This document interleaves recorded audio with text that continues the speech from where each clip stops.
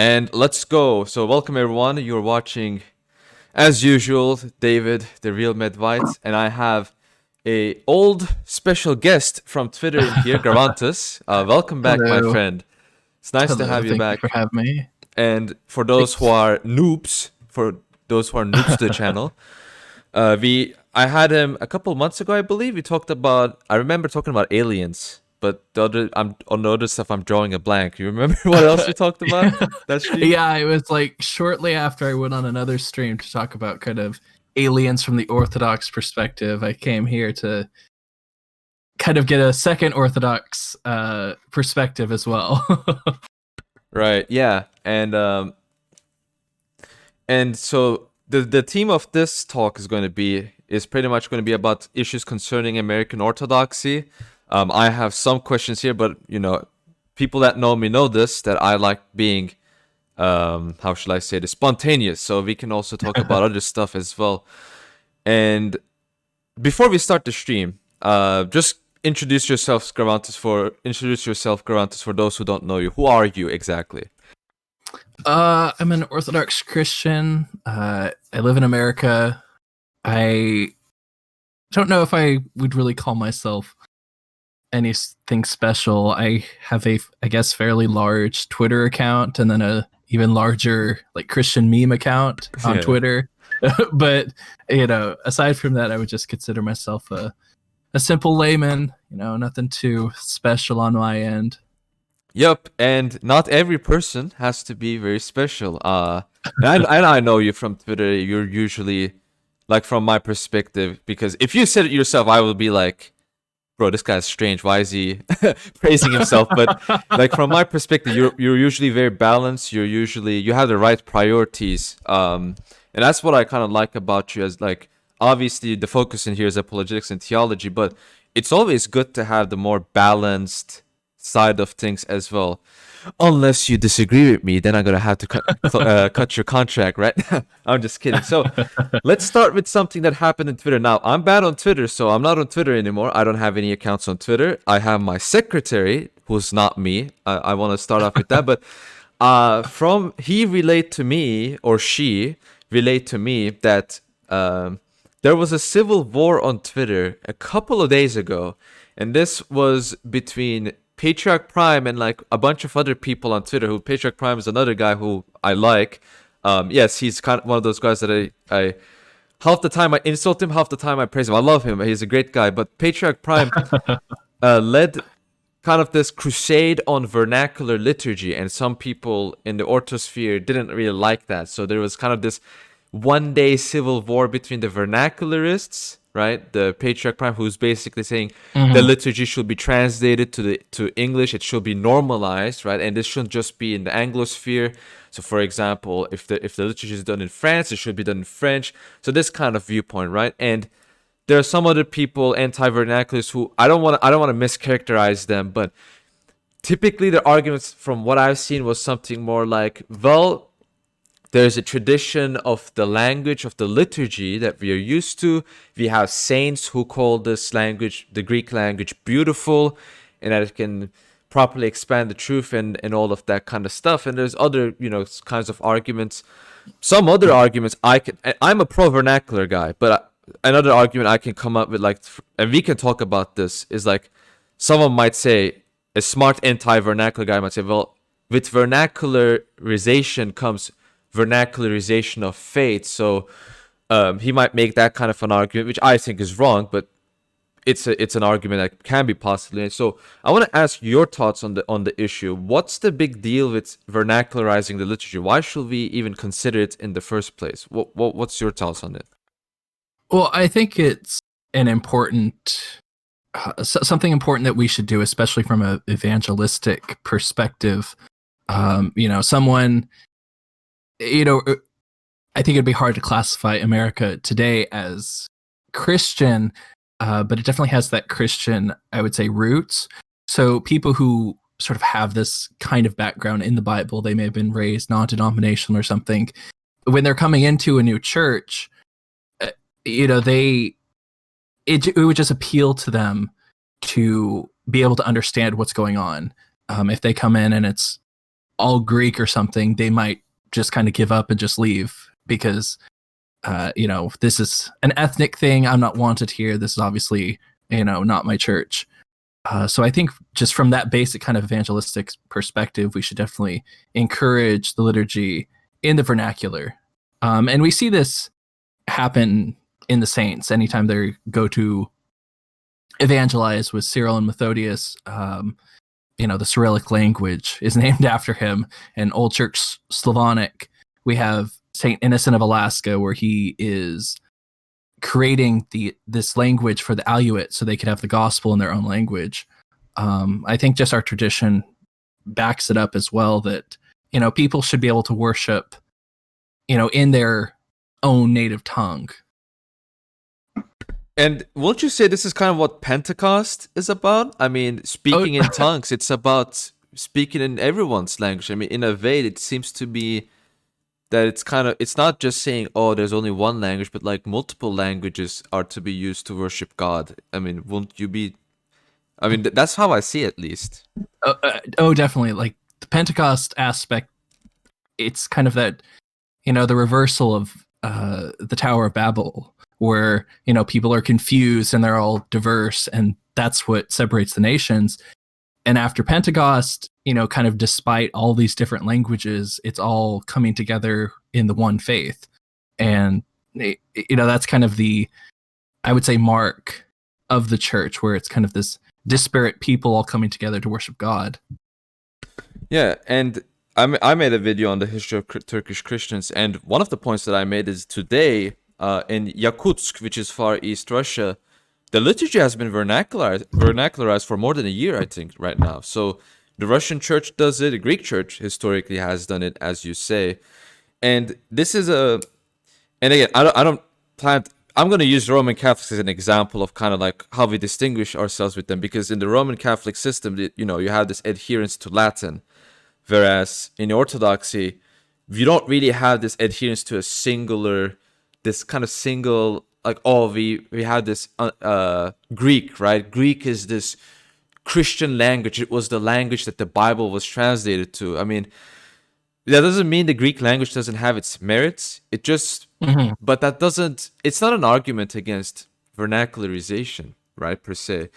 And I will bring the Turkish perspective into this. I definitely agree with you. I mean, for a Turkish person, if they go to an Orthodox church and they hear the liturgy in Slavonic or Greek, they're going to be like, what are they even saying here? Because the liturgy, one of the things with the liturgy is that it's worship. You made this comment on Twitter. You said, well, liturgy is called the work of the people, right? Am I correct? Yeah. It's the work of the people. First of all, how are you going to do the audio work of the people if you don't even know the audio in the first place? That's one issue. The second issue is exactly as you said. I mean, I'm reading Father Ambrosius Yakadakis or something on his work on icons, and he emphasized this point on icons, on how it gives us this visual education, right? So icons provide this visual education for us to know the faith, but also the liturgy itself. That's what the audio aspect of teaching us the faith. I mean, because our dogma resides in the liturgy. This is a point I made against like Eric Yabar and all that, is that theology and mysticism unite in the liturgy. So you can't really consider them separate. So in a way, if people knew what was being said in the liturgy, they will know about their faith as well. So it also helps the people that speak the language, which definitely will be, like, for me, a lot of the stuff I learned about Orthodoxy is just going to the liturgy from my perspective, because the liturgy was mostly done in English, and I did appreciate the parts where the things were done in Greek, like the Trisagion. Well, if the Trisagion is done in Greek, it's okay, because people that attended like 3-4 times will understand what's being said there. Yeah. Right?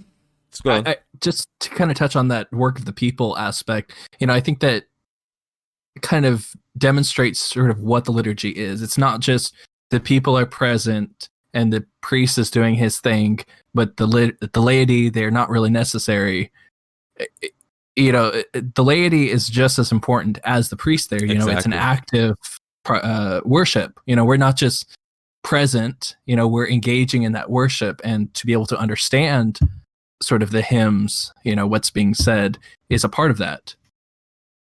Yeah, and not only in the liturgy, like this, because like this liturgical aspect is reflected in Orthodox history. So, for example, a great example will be the Council of Florence, where a lot of the bishops in Constantinople seem to have betrayed the faith, except for one, and him as Saint Mark of Ephesus. But really, we will say, because this comes up in apologetical debates, and I'm trying to explain the Orthodox perspective here, is that we will say in that instance, it's the laity that preserved the faith in that instance, largely speaking, because the laity opposed the union, right? This false union. And that shows that in the Orthodox mindset, the laity is, as you said, just as important as the clergy is when it comes to worship and when it comes to, I think, right, I believe you cannot really start the liturgy without there being any laity present. Was that true? I heard something like that, but I'm not really 100% certain of that. Yeah, there has to be at least one layman present for divine liturgy. It can't just be the priest all alone. There has to be kind of at least someone there. Yeah, exactly. So this is reflected in history. And what will you say? Because some people, and you'll probably say this is a bad argument and not even worth it responding, to be honest. But so I heard this argument that anti-vernacular people make. They say, well, there are these three great, like, blessed languages, or these like three language categories. I don't know how to explain it, but it's Greek, Latin, and Hebrew. And anything outside of it is like this kind of like inferior language. Like, why do people even make that kind of an argument? Have you heard of this before? Yeah, I believe it's actually like a condemned heresy, actually. Yeah. Like, if I'm not mistaken, I believe it, like, I forget what it was, but it was like trilingual, something like that.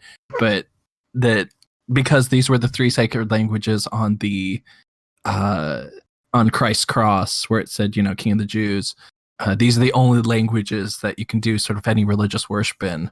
But yeah, I'm pretty sure that is like literally condemned.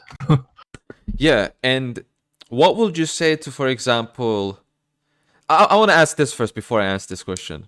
In your view, why are people against the vernacular? Like, what makes you think, like, why do they take this kind of stance? What's their reasoning? What do you think their reasoning is, at least? I mean, you don't really hear these kind of, I would say, debate in traditionally Orthodox countries. So it's definitely related to the diaspora. And part of it is sort of like diaspora Christians coming in and preserving their own heritage, or sort of wanting to keep that for their people as kind of a marker for them. It's a part of their culture, it's part of their history, it's part of their identity. And I think they feel like they're almost losing something by changing it to the vernacular. Right. That's definitely possible. One difficult thing to maintain, for example, if you're a Greek in America and you're born and all the Greek churches around you do the liturgy in English, that will definitely like kind of confuse you and make you say, I guess I'm American, basically. But at the same time, it's, again, I don't want to touch politics for this stream, but it seems to me that kind of like this Orthodox stance is like, if you immigrate to this country, you should adapt to its customs. There's this kind of implicit message there, I think. That's kind of like what I see, for example, with Saint Nicholas of Japan in this instance, where there's a war between Russia and Japan, and Japanese Christians are kind of confused. What should we do? Like, who should we pray for? Because Russians are Christians, but Japan is my homeland. And Saint Nicholas just says, pray for your homeland. Like, that's, he just gives this kind of simple answer. It's kind of like, it's, and Saint Nicholas, he didn't cease becoming a Russian, but he really, in a way, became Japanese and adapted to their customs. And I think there's kind of some kind of like this, I guess you can say, message or some kind of inclination that needs to be with some of the diaspora people to, it's a difficult thing, right? Because your culture is a beautiful thing, but at the same time, you kind of have to adapt to the place you're living at. Like, if you're Greek in America or in England, you kind of have to be more used to their custom, because if you remain static, and if you force your church to remain static, you're gonna like, how are you gonna evangelize then, right? As you said, it's very difficult to evangelize to English people when the liturgy is only done in Russian or in Greek. And that reminds me, the saying "When in Rome, do as the Romans." That literally applies to what we're talking about. I think it was Saint Ambrose and Saint Augustine, where Augustine, I think it was about a fasting custom or something, and he was asking Saint Ambrose about it because it was different in Milan. And he responds, "When in Rome, do as the Romans do." This kind of, you appeal to whatever the local custom is, sort of when you're there. Yeah, and finally, what would you say if a Roman Catholic came up to you and said there should be only one language? Let's say he makes the argument that because this is a reversal of the Tower of Babel, there really should only be one language, and it just so happens to be Latin. Why do they have this attitude, and why do we have our own vernacular attitude, in your opinion? I'm sorry, it's a kind of difficult question because I don't know the answer myself either. Yeah, because I really can't sort of speak from where they're coming from. I'm sure they have their reasons, but I would just disagree with kind of looking at Pentecost. It wasn't that they all started speaking a singular language that everyone could understand. They were speaking to everyone in their own tongue. So it wasn't like a complete reversal of the Tower of Babel, because they were still speaking diverse languages. It was just that everyone could now understand it regardless. Yeah, exactly. I definitely agree with that. And I'm kind of like, I think we've kind of touched on a lot of stuff that we can talk about. This is what I wanted to get on, connected to the vernacular. Some people will say, and in a way, and I'll explain how I agree with this in a way, is that some people, as I alluded before, say, with vernacularization comes the vernacularization of faith. And what I kind of talk about this is that I am fully behind like vernacularizing liturgy, but it seems like some people take this a step further and say we should vernacularize and baptize other customs. Like, for example, some people say maybe we should baptize the custom of the Sacred Heart, for example, or this kind of stuff. And this kind of relates to a discussion on the Western Rite, and I'm gonna come out and say it. I don't have any problem with Western Rite as a concept, but maybe we can talk about like what we think about it. But do you think this can be a legitimate problem, like people kind of using the vernacularization of liturgy as a pretense to introduce foreign teachings to the church? Do you think this is a possibility? And what is your thoughts on it? I mean, I could kind of see, I guess, how some might bring that up, but I think it's kind of a stretch to say that, speaking the faith sort of in one's own language would allow for sort of like heretical teachings or something like that. Because I think it's kind of two different topics, whether a custom or practice itself, should be baptized and brought into the church versus just, saying the Dosagion in English as compared to Greek or something. I think that's kind of different topic. It's kind of semi-related. I saw someone kind of mention how theology, how Greek terms have, Greeks have more terms than that exist in English. And I think that could be when you're discussing sort of like heavier theology, where we have the Greek terms that they're difficult to convey in English just because we don't have the same history of them. I think in theology, the going back to these Greek terms and whatnot, that's where it's helpful to have sort of this language. But in just the regular vernacular for the liturgy, I don't think it's as much of a problem. Yeah, because I mean, the liturgy doesn't go hyper deep. Like, I don't think you can hear the term mode of willing in the liturgy. It's a constant Saint Maximus, but the concept is explained a lot more simply in the liturgy, you could say. So I definitely agree. Yeah.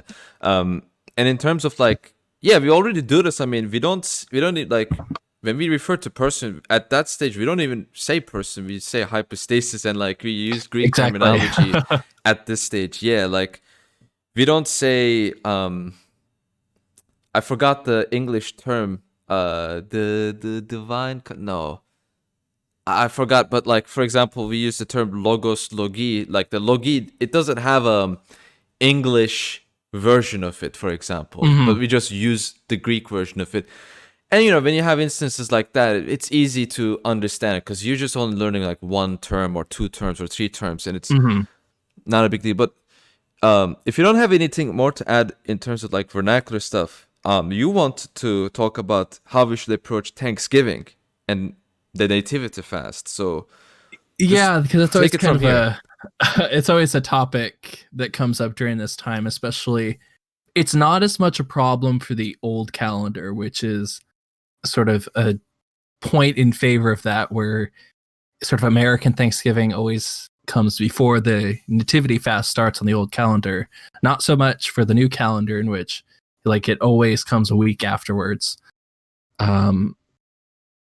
But sort of the way that my priest had told me to approach it, he told a story of where someone had asked a bishop, I want to say it might have been Dimitri of Dallas, but I'm not sure. Don't quote me on that. Whether, can I get a dispensation for Thanksgiving? And he told them, no, we don't do that. But he told them instead, when you're with your family, eat what's provided and give thanks. We don't need to be too legalistic with the idea of fasting, where if you're with your family, especially if they're not Orthodox, eat what's provided and give thanks to God for it. You have this set in front of you. Don't try to shun it away. Especially if we're considering ourselves examples of the faith, where we might be the only Orthodox person in our family. We don't want to show up and be snooty and say, oh, I'm not going to eat this dinner that you provided because it doesn't fit with my religion. Kind of that idea that sort of all the gifts ultimately come from God. And if whatever situation we're in, we have something that might not be fast friendly, we should take it and accept it with thanksgiving. There was a story, I remember my priest on a missionary trip in the Philippines, and it was during Great Lent. So, we're approaching like the strictest fast, and the sort of head of that missionary sort of expedition, he told them, whatever they offer you, you accept it regardless of what it is. And there they offered, and they did a lot of cooking with pig, so there was a lot of pork, and they were told, do not refuse it. I don't care if we're in the middle of the fast or not. If they're showing this as Thanksgiving to you and being grateful, take it in that same spirit. Yeah, and when you talked about that, the first thing that came to my mind is when King David ate the tabernacle showbread, for example. We don't go extreme to this. Let's think of it this way: is it good to fast? Yes. Yes. Is it good to accept hospitality? Yes. Is it? It's good to fast. It's good to accept hospitality. But is it good to reject the hospitality just because you're fasting? No, because it goes contrary to the point of fasting in the first place. You're trying to cleanse yourself from your passions, but by your response, you're responding passionately in a way, right? You're going against what you're doing in the first place. So I definitely like I don't even think there's a need for a dispensation to be given. I don't think this is a dispensation. It's just a custom of your nation. You're abiding by that custom, and there's no need for dispensation, because a dispensation presupposes something that you're doing that is wrong. But you're not doing anything wrong. Yeah. So there's no need for a dispensation. Yeah. That's what I think, at least, because that's what the concept is about. And you touched on like the calendar thing. I think it's, I think we should eventually be returning to one calendar, and I think it should be the old calendar and all that. But I think there seems to be kind of an advantage with like two calendars in this regard, right? In situations like this. Yeah. And um Yeah, well, and it just kind of like touch on that again. Kind of the idea is fasting. When Christ tells us to fast, he specifically says, don't make a big show about it. Wash your face so no one can tell you're fasting. If your family comes with a big kind of turkey dinner and you're like, oh no, I can't eat that, I'm fasting. That you're making a show about it. At that point, the question becomes sort of what are you gaining by sort of refusing at this point? Because now everyone's saying, oh wow, he's fasting. They might regardless they might think, oh wow, he's so good to do this, or wow, that's kind of rude to reject it. So I think it's important to ask sort of the underlying motive to why is it we fast, and sort of if we try to keep to the letter too much, we might forgo the spirit of why we do it. Yeah, as I said, like it will go against the purpose of fasting, and I'd even straight up say that if you reject, like if it's Thanksgiving, and your family brings you a banquet of food for you to eat specifically for you, and you said no, I'm fasting, I straight up say, not only are you doing something, you're straight up sinning, bro. Like that's straight up. You should straight up confess that to your priest, because as I've said, I mean, this is not a dispensation. You don't need a dispensation, right? Because there's nothing wrong with accepting hospitality with anything you're doing. It's completely in spirit. And as you touched, right? I mean, we look at the fathers. What do they talk about? What do they say when they talk about fasting? It's about cleansing the passions. It's about renewing your spirit, right? They're not saying food like causes you to sin, but food, right? It's telling you not to rely on the pleasures of food. But what you're doing is you're not relying on the pleasures of food. Now, for example, if your family is forcing you to be gluttonous, that's a different thing. Now, that's a different debate, obviously. You should not be gluttonous. Like, if your family is force feeding you like 5 plates of gigantic turkeys, you should say, look, I love you, mother. I will eat one of them, but gluttony is a sin. Like, I can't do that. I can't eat all of them. Yeah, it's obviously there's that aspect as well, but what I'm getting at is exactly, I mean, when we talk a lot, this was one of the things that confused me about fasting, and I think we can kind of like go to fasting and Orthodoxy. What confused me is that I thought like fasting was supposed to be kind of like, you had to follow these rules, like you can't just eat this and that because of some reasons I didn't understand. And you have to just follow them. But what I didn't understand is like the reasoning behind it. What's the spiritual benefit of fasting? And to me, those questions were ultimately answered when I read St. Justin Popovich, and he cited St. Isaac of Syrian, and St. Isaac explains what fasting does to you exactly.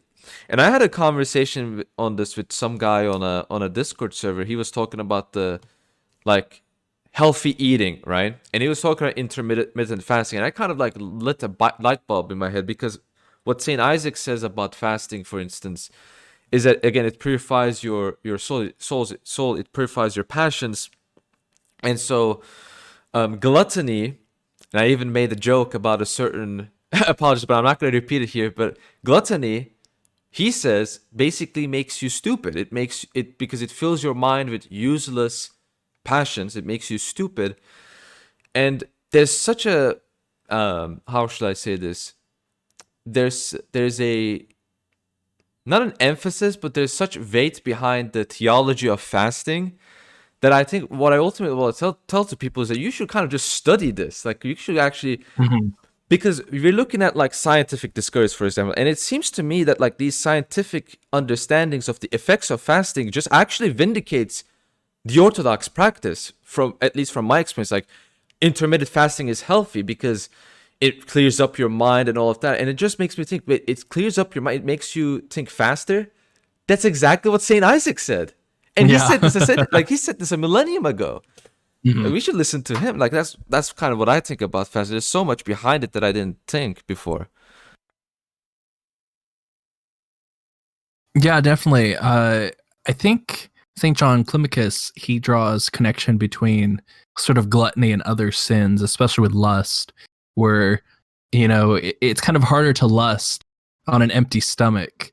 So, kind of it helps with the other passions as well, because if you're kind of focusing on, oh, I'm a little hungry right now, but I'm not going to eat, I'm going to fast at this time.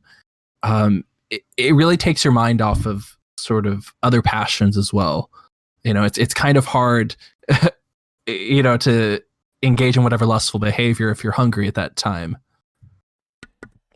Yep, and in relation to now, since we are speaking about fasting, if there's a noob, like a noob inquiry into Orthodoxy or a catechumen, and they look at this calendar and they say, "Wow, we're fasting so much. How am I going to deal with this?" Right? Because fasting ain't easy, right? It's a difficult task. Aside from, because this is you will agree with this, because we will both say, "Oh, you should go to the priest and like talk about the fasting schedule, what you should do." But in what kind of a spiritual one approach this, seeing that you have experienced this kind of thing, and I have eating disorders, so I have been given dispensation because I have eating disorders in this issue. But you've gone through this kind of stuff. So what would you say? What kind of spiritual one approach the topic of fasting, especially in the United States, where it might not be as easy as it is in other countries because there's no culture behind it, right? What would you advise? I mean, definitely going into it, don't try to sort of go, full steam ahead. I'm going to keep this 100%, the full monastic fast. It's definitely something to work into, especially if you might live with a non-Orthodox family member or something. Sort of kind of like the first place where you can start is just cutting portion size. Because even if you may not have non-fasting food available to you, you could always at least just cut how much you eat. Whether if it's like, I'm going to eat 1 or 2 meals a day as opposed to the 3 or 4 that I'm eating regularly or something like that. And it's definitely just a progress. I think meat is kind of like the first way you start, and then you kind of slowly graduate to dairy and sort of like go from there. But especially, not to make it all about food. I forget the saint who said it, but he said something along the lines of sort of fasting without prayer is the fast of demons, because they don't have to eat, but they also don't pray. So, it's important to kind of couple it with prayer as well. Not to just sort of, I'm going to go full steam ahead with this kind of like this physical exertion, and then you neglect the spiritual side of it as well. Exactly, and I will definitely agree with that. If you're fasting, you should add something to your prayer life. I will definitely agree with that. I was gonna, but yeah, I want to touch on, and I want to see your thoughts, because we're dealing with American Orthodoxy specifically. How in Greece and Russia because they have this fasting culture, it affects their cuisine in a way where they have food specifically like made to deal with that, right? Kind of like like this food is, but in America we don't really have that. And do you think this is kind of significant? Because I genuinely don't know, because as I said, I'm not experienced in this regard because of my eating disorder. But like, what do you think how can we solve this issue? Because it seems to be helping with kind of fasting, right? Yeah, I think it definitely makes fasting harder in America, just because there's no culture for it. There's, we don't have the kind of ready, easy to go, sort of like, here's the go-to fasting food. I think anyone who, when they first approach the fast, are like, what exactly am I supposed to eat? They like look in the cupboard and there's some crackers and peanut butter, and you're like, I'm not sure what else I can have right now. But I think this kind of also goes inside with the general, I would say, gluttony problem we have in America. Sort of just something you can do to sort of help yourself begin to fast is just looking up, recipes, or like getting a fasting cookbook or something, and sort of like having that in the house so you're prepared for it. Because if you sort of start the fast, the nativity fast starts tomorrow and you haven't gone shopping in You know, you look in the cupboard and you're like, uh-oh, you know, what's here?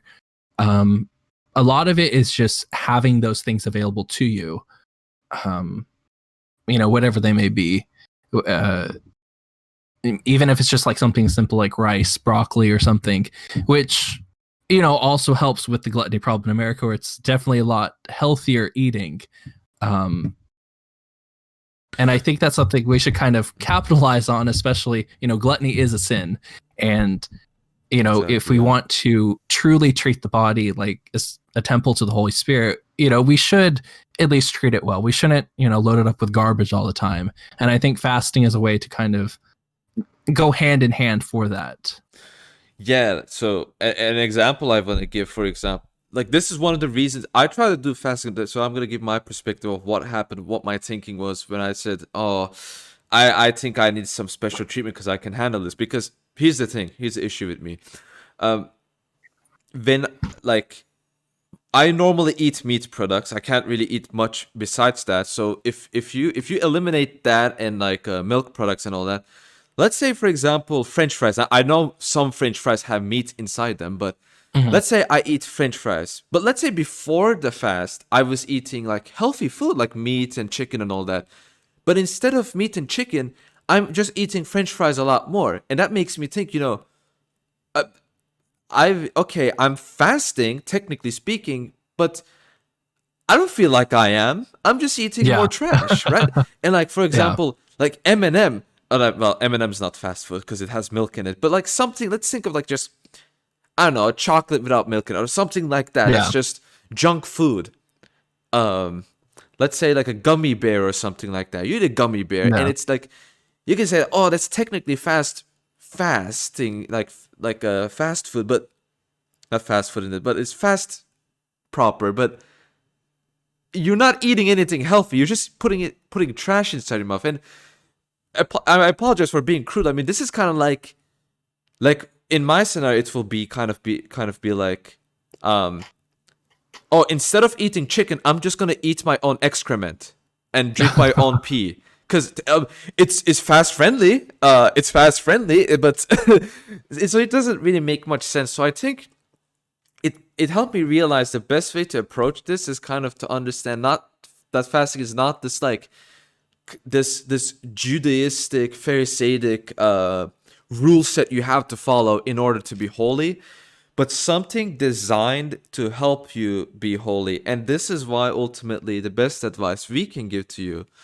is really talk about this in detail with your priest, and to all of this with your priest, and let him know so he can help you out. And if like he can give you like a schedule or something, okay, you can eat this at this day, or so on and so forth, and see like report to me, for example, and you can maybe fail, and you can say, okay, there's a problem there then, right? So ultimately, it's kind of like it's something you need a good relationship with your spiritual father with in order to really do that. And what I noticed when I was asking this question in general is that just in general, the lack of Orthodox culture in America yet, like, and I'm not talking about America wholly, just like Orthodox culture, even in American Orthodox parishes, seems to at times make it a bit more difficult for us to be Orthodox. You talked about like gluttony, right? Gluttony is a huge problem in America. But even in American Orthodox circles, it seems like gluttony is not emphasized. And there's like other things that I see in American Orthodoxy that's like, that kind of needs an American culture. You know what I think? Like you'll agree with that, right? I feel like there's this missing piece in American Orthodoxy right now. Yeah, absolutely. Because it's kind of like the question of like the spirit of it. Because, you know, technically, like you were saying, I could fulfill the law of the fast by, you know, just eating sugar all the time. But, you know, kind of the idea of the spirit of the fast is you're kind of cutting out these kind of like goodies, these, you know, pleasures in life that, you know, you're putting aside for this fasting period, not to, well, now I'm just going to eat lobster and Oreo cookies. You know, that kind of defeats the purpose of, you know, why we're engaging in this. And, you know, I think kind of that sort of real engagement with American culture, you know, from an Orthodox perspective, I think we can definitely, you know, there's a lot of, I guess, work that we could do to kind of see what's the best way to sort of have a regular Orthodox American culture, as compared to kind of this, everyone kind of going off on their own, trying to do what they can. Yeah, I definitely agree, because that's kind of how I feel. It's like, I know the priests and bishops, as much as they can, they help in these issues, but like it seems like the environment doesn't seem ripe yet. You feel me? Like it doesn't feel ripe yet. And for people that convert to Orthodoxy, they don't really feel it's because they don't know an Orthodox culture. They don't really know how like Orthodox Christian nations, myself included, I've never been in I've never lived in an Orthodox Christian nation. I've been in Orthodox countries. I've been in Greece numerous times, but I've never lived in that kind of environment. So I will know myself, but that culture is there. And so far in America, you have to kind of be Hellenified to kind of live that. But even there, it's getting weaker, because America, right? It erodes, like the America by design erodes cultures these days, right? So it's kind of like it's kind of difficult, but I feel like it's a bit of a, it seems like it's something that has to be developed over time. Like you look at, in America especially, I think is in a precarious situation, because for example, like think of like a Turkish Orthodox group like Gagavuz, for example. They have their own culture, and it's mired in Orthodoxy, so they don't have any problems like this, but they're kind of like, or like any other nation group. But in America it's a bit different, right? It's strange. Yeah, I think it's like I said, I said before, but Orthodoxy is kind of finding its like its roots in America somewhere. It's definitely still like fledgling here. I don't say we're fully ready to kind of go off Orthodox America. Let's bring in the Imperium tomorrow. We're still trying to kind of find our footing, and Orthodoxy sort of takes its own form, a unique form in every country, and it's going to do the same thing in America. It's just kind of sort of how is that going to progress, and definitely as Orthodox Christians today, we're in that position to kind of shape, where we think it should best go. Yeah, and the future of Orthodox in a way is kind of at our hands, and I feel like what I want to say to people, I'm not American, so I mean, who am I to advise you guys? But like, what I feel like there needs to be, because these things can't be done alone, and it's very rich coming from me, because everything I do alone, right? But these things can't be done alone in a way. Like you kind of do need to have a community, and this has to start on the ground. Like if tomorrow, for example, a bishop basically outlined a plan. Okay, here's how we're gonna do this. I don't think people can even follow that, right? But if it comes from the ground up, it makes the clergy's life a lot easier to kind of say, okay, it seems like and it's like, for example, I think this is one of the reasons why OCA is in the situation it is in, and why we have multiple jurisdictions in America, because if you had a singular jurisdiction, it seems like it will bring even more trouble, right? And like, it's funny because I like to hit on Roman Catholics, say, hey, you guys have 3 patriarchs of Antioch. We don't have that kind of a extreme situation, right? But it seems like, I mean, in America, it seems to be, at the time being, yes, it's uncanonical, but it's the spirit behind it's important. It seems like if it was canonical, quote unquote, I feel like it will have been causing a lot more trouble, to me at least. It seems like, and I know people criticize me on this point of view because it's not a privilege, right? But like, what do you think? Because I've been attacked on this issue when I said that I have an optimistic way of looking like this kind of multi-jurisdiction thing in America, because I know it's uncanonical, but for the time being, it seems like good in a way. Like, what do you like? Do you think I should be? Am I wrong, or do I have a point in regarding how I view this multiple jurisdiction thing? What is your view? Because you will probably know it way better than I do. I think eventually, kind of the end goal is sort of like one American church where you don't have sort of the Greeks over here, the Serbians, the Russians over here. But in a way, I think it is a bit of a blessing, sort of the current jurisdictional mess in a way, where it kind of provides that. And I don't want to use kind of too much American phrasing, where it's sort of like the idea of the American democracy, which each state was kind of like its own experiment with democracy. It's almost like that with the jurisdictions, where each Orthodox jurisdiction is kind of its own, Orthodox experiment with America in a way. But and I think we're going to see some jurisdictions sort of like grow, just depending on how they react to various, circumstances, and others are going to, I guess, shrink in some sense.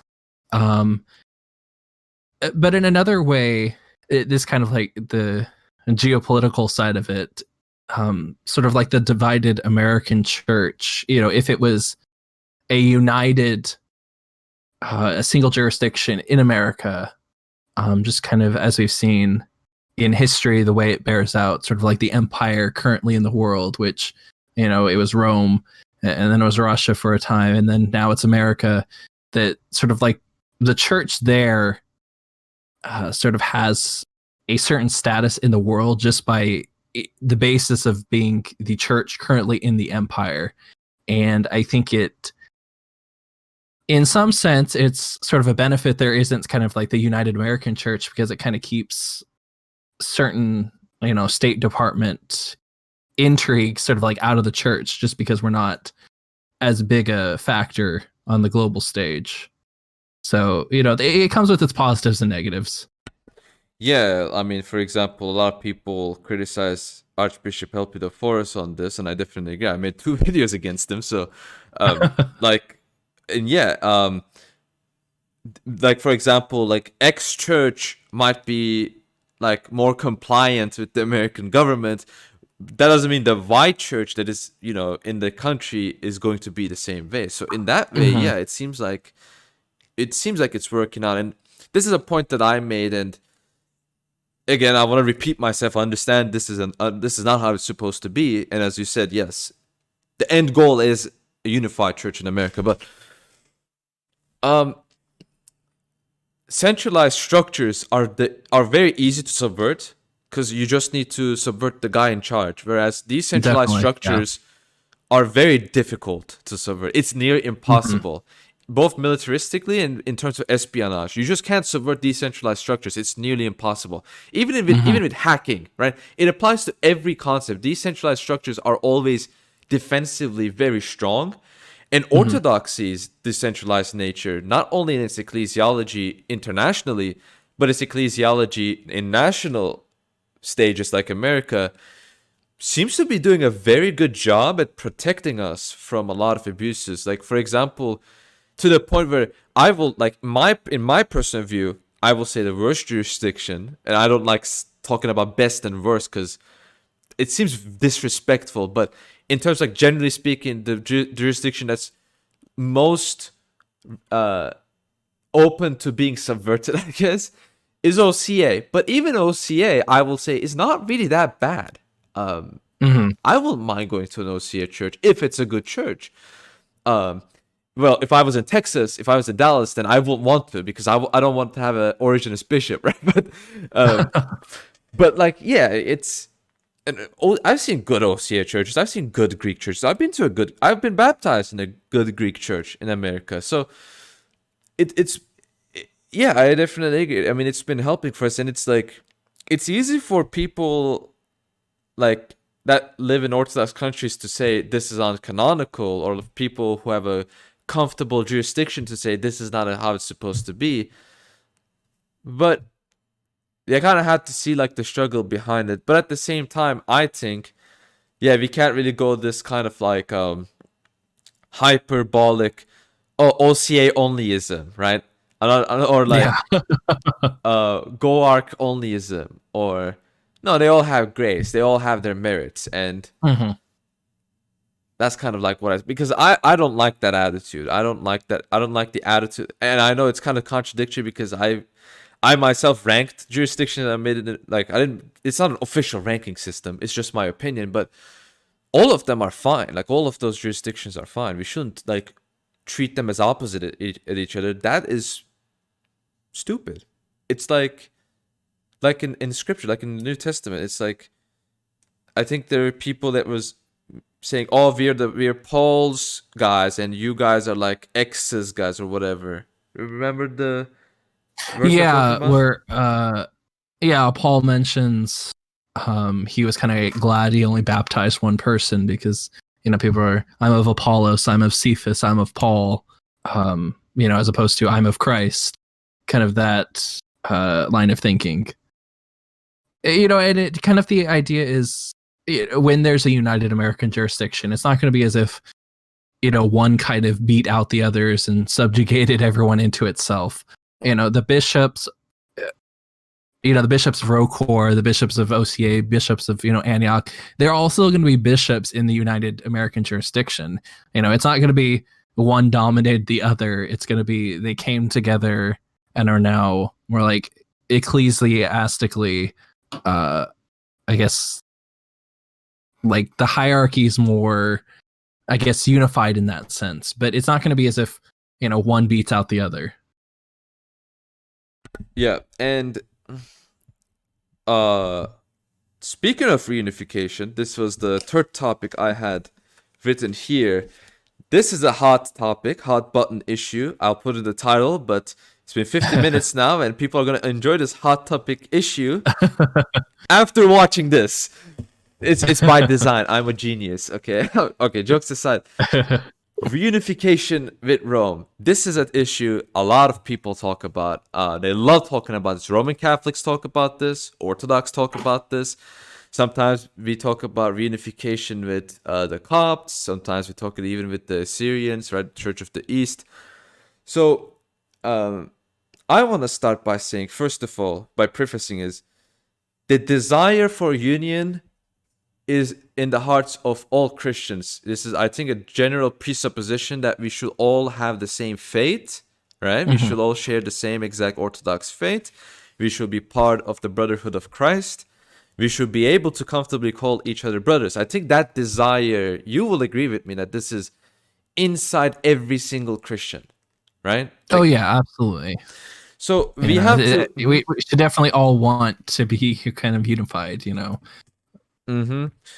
So that, I think, is an accepted presupposition. But I think the contention is that a lot of people, in my perspective, mix desire with what's real. So when I look at the reunification talks, is that people always, they talk about, oh, we should, like, they give reasons why we should. Well, first of all, I think every Christian wants that. I mean, have you ever gone to an Orthodox Christian and said, hey, will it be cool if a Roman Catholic just became Orthodox Christian? He will say, yeah, that would be cool. Yeah. If the Roman Catholic Church joined with Orthodox, he would say, yeah. But if you told him that they joined to us, but they just believe the exact same things that they used to believe before joining us, I think every sane person will say, well, that's not going to work out. Right? That's not going to be good. That's going to cause troubles. That's going to be causing problems. And I think that's kind of what I want to get at, is that we all want reunification with whatever churches, but there's theology, there's doctrine that we can't give up. And unfortunately, and I think a lot of people are not comfortable with realizing this, unfortunately, the different churches have dogmatic stances that they cannot change and that they will have to give up. So, for example, if we were to reunite with Roman Catholics, in their terms, we will have to say we were wrong on the filioque issue. We won't actually have to, because now they have the Byzantine, but we will have to say ultimately we were wrong on the idea of the papacy, right?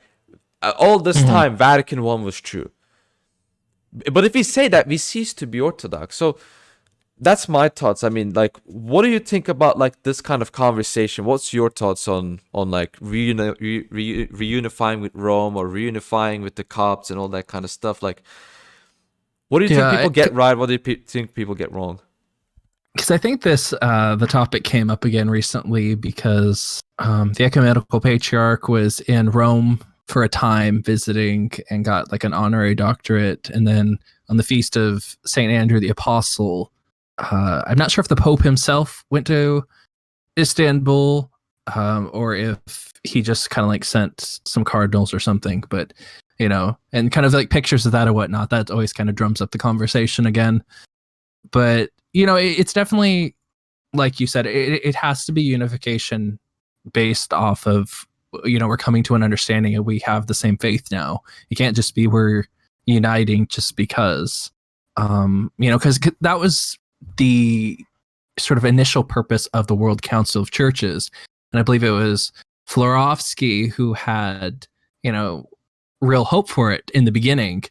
And then once it became obvious that, it was just going to be about putting out these sort of general statements of agreement that were kind of so general as to mean nothing, he became disenchanted with it and said, there's no point of this existing anymore, because it's obvious that we're not going to actually discuss and hash out differences, because that's any type of reunification, whether it's with Rome or with the Copts, or pick whoever kind of your favorite communion is.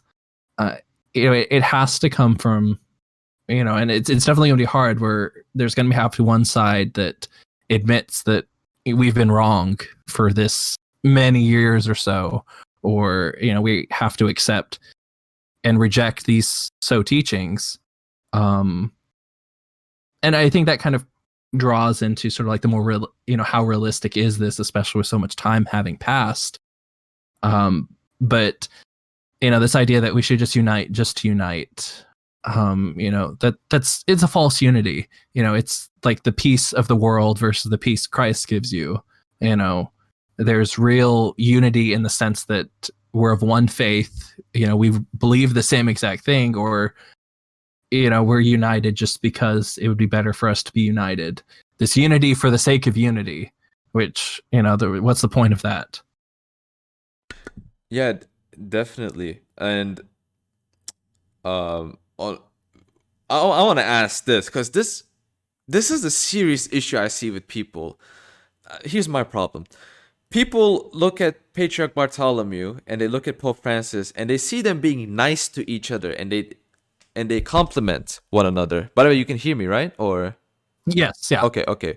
Because for some reason, it works properly. Because the green thing, right? It wasn't light enough, so I was like, oh, okay, yeah, from my side. But they look at them and they say nice things about each other, and they instantly think that reunification is in the talks. I mean, do you think this is a signal of reunification, or is it just some diplomatics? Because when I look at it, I just think it's diplomatic. Like, Francis, you're a nice guy, and that kind of stuff. Yeah, I mean, it's like kind of the lifting of the anathemas that happened in the 20th century. It's sort of it's a nice kind of gesture, but in the end, nothing really changed. I think here recently, after the feast of St. Andrew, there was a remark of Pope Francis having made about, I see, I imagine us, it was something like along the lines that he sees us being in communion once again, sort of like within their lifetimes or something. So I think that kind of drums up talk about it a lot more. But I would just kind of question where sort of like the traditionalists on both sides, whether it's the traditional Roman Catholics, the, people who aren't necessarily happy with Patriarch Bartholomew's recent actions, is to kind of question so what would reunification between these two controversial figures look like? That was Father Josiah's point, right? That he made that point, I remember, in his Orthodox perspective on Roman Catholic. Yeah. He said, let's say tomorrow we reunified. He made a grander point, but he basically said, what will happen in our liturgies? Do you think the laity will be like reunified properly? And the implicit answer is no, right? Laity will reject this, right? I mean, well, it's like, what say for tomorrow. Of course, Orthodox ecclesiology is a little more we don't have a pope who can just, rubber stamp, yes, we're unified again, like the Roman Catholics do. But, just say like the ecumenical patriarch and the pope tomorrow come to agreement and they say, we're in communion again. What exactly would that be? Would that just mean I can go and commune at a Roman Catholic church, no problem? There absolutely nothing really changes on my part? Or, what exactly would that look like? Yeah, and I think Roman Catholics have this perspective because they have, and this will be inflammatory to Roman Catholics, but I will say it, they have become very modernist. So why do I say that? Is because when we look at the Eucharist and the unity, when we think of unity, we don't think of a unity like a corporate structure, right? We think unity based in faith, right? If you have the same theology, and Roman Catholics, please stop pretending as if we have different theology. We don't. We have the same exact theology, all of the churches, right? Everything that's dogma, all of the bishops, they have all agreed on that. So we don't have distinct theologies and anything of that sort. But for the Roman Catholic perspective, they don't have that understanding. And the greatest proof will be the Byzantine Catholics or the Chaldeans, right? The Roman Catholics, to me, have essentially just given up ground on theological issues that matter to us, like the Filioque. Well, now you can say the creed without the Filioque if you're Byzantine Catholic. So in their mind, a union will look something like the Byzantine Catholics. They just want us to be Byzantine Catholics. And that's basically what they want us to be. For us, the reunion will be that you just become Orthodox Christians. So it is what I will call not I, but I believe Father Florovsky calls this ecumenism of return, in a way where it basically is that, yes, we believe in we want you to be part of the church. We want you to be a body of the church, but this has to be a return. Right? A return presupposes that you left. So we want you to return where you once were. So an example of that is basically Roman Catholic Pope, right? Pope Francis will have to say, okay, all of these ecumenical councils after the 8th, annulled. They don't exist anymore. And the Pope, and as the Pope, I apparently I don't have any powers I don't have the power to ex cathedra. There's no Vatican I powers. Right? The Pope will have to give up all of these things to reunite with us in this perspective. And that's what I mean when I say one of the churches will have to cease existing in the first place. They have to cease being themselves to reunite. But again, what I see in the Roman Catholic perspective is essentially they just want us to be Byzantine Catholics. I think that's just very disrespectful, and they act as if they respect us, and it just doesn't bode well with me. It feels like they treat us like a bunch of animals. Like, oh, you cute little animal, you can have your own communion. Is it just? I feel like it's just a bit patronizing when I look at this kind of reunion talk, and it's not really out of genuine love or anything like that. I think I forget who had said it, but they kind of drew the difference in the view of the Eucharist, where the Eucharist is sort of means towards union versus the Eucharist as proof of unity. Sort of that kind of view is one of the major differences, where, if we come into communion, then we can work out the differences versus, we work out the differences and then we can have communion.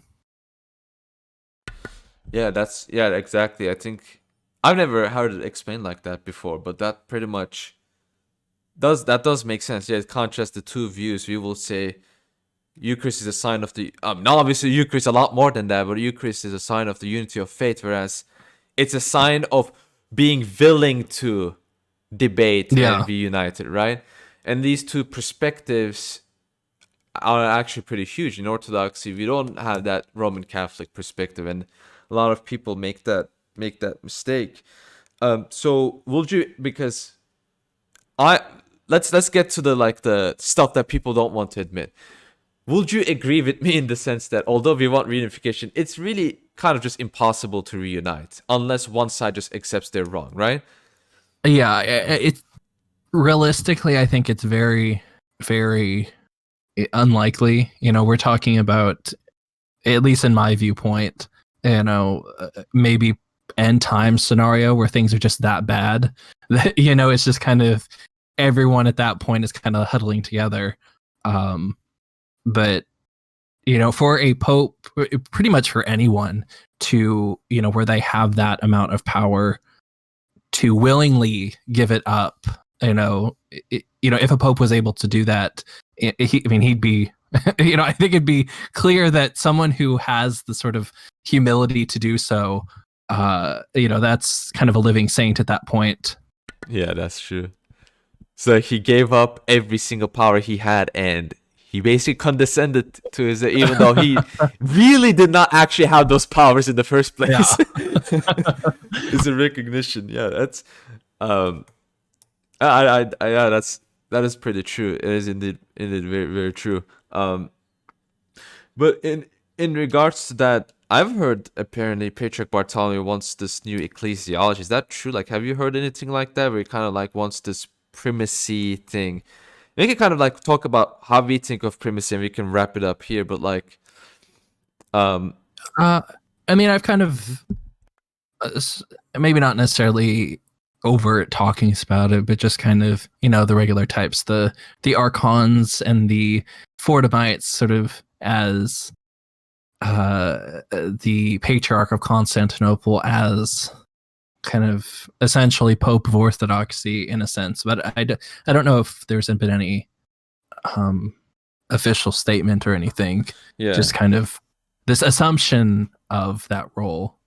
And these kind of discussions fit lovely, and I don't say this in a sarcastic, lovely Father Peter here, because he's basically the number one person on YouTube that covers this. So love him for that. But I want to get your perspective, because I come it from an apologetical standpoint. Maybe you might have a different perspective on this, how you see it. If a Roman Catholic asked you, explain to me Orthodox primacy, like, how would you explain it, for example? What would you say to him? I mean, it's definitely, we talk about like the diptychs are, where the commemoration, where who comes first, in that sense. And, there are perhaps like special rights or privileges we see. I mean, I think just recently at least recently, as to my knowledge, there might have been something else, but where the question of jurisdictional, I think in Qatar, between Jerusalem and Antioch, where there was kind of that dispute, and I believe Antioch had appealed to Constantinople to kind of preside as, arbiter in that discussion. I don't know if he actually ever did, but I think that is an example of, some of those rights and privileges that may come with being, sort of first, but the primacy, but it's not, it's very different than sort of like the Pope, where what the Pope says goes, regardless of sort of anyone else's opinion. Yeah, I definitely agree with that. Yeah, that's basically like Colby said as a basic summary. And we covered an hour, and also I don't really have anything much to add. We definitely we definitely ran the gambit with this. We did a great speed run. We had a good speed run. Yeah. Usually when I have videos with people, it goes over like 2 hours, but this one was. I mean, it's good. It's good. Unless you have anything that came to your mind that you want to kind of like touch on that you think is important, we can kind of wrap it up and just say your goodbyes and go back to playing video games. No, I'm just kidding. But do you have anything more to add, or do you have anything to announce for people who are interested in what you're going to be doing?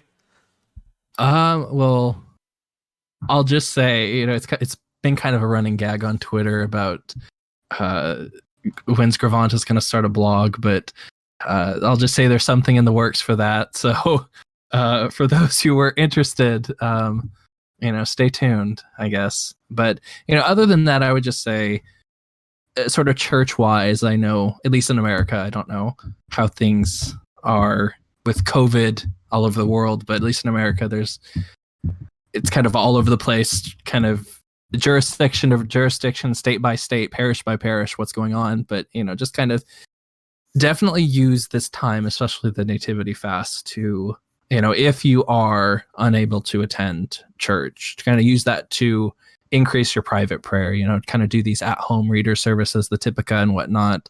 Don't let, don't let it waste away just because you're not able to sort of attend the liturgy. Don't fall out of the habit of worship.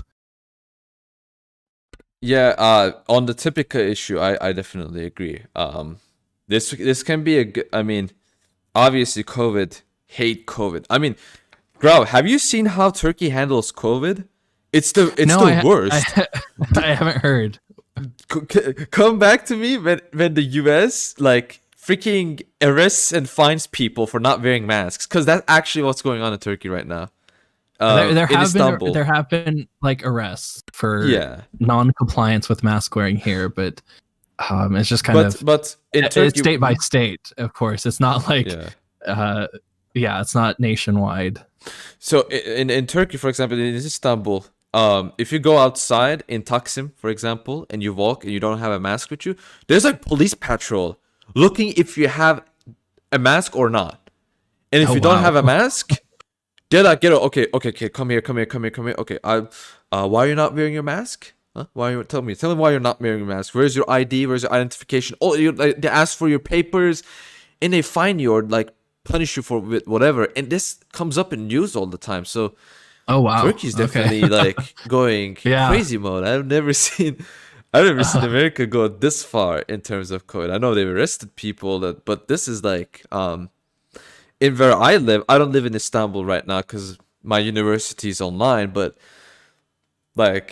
I just want to, for those who are struggling with COVID, I just want to tell you guys, excluding that one time 2 women visited me, which was the worst time of my life, I've never been outside. So if you're struggling, trust me, I am also struggling. I've never been outside for a long time in a village with barely any people to talk to. So it's a struggle, but God willing, we'll go through the struggle. I've heard so many people having difficulties because of the cringe virus, and it definitely sucks. It doesn't affect me because I don't go outside, but it's affecting even me. So think of it what you will. It's that crazy. But yeah, and you forgot to mention, I actually wanted you to. Don't you have a stream with Luke, my boy Luke? Oh yeah, it should be next week. I'll be with jumping on with Luke Kendrat next week. Mm-hmm. So that'll be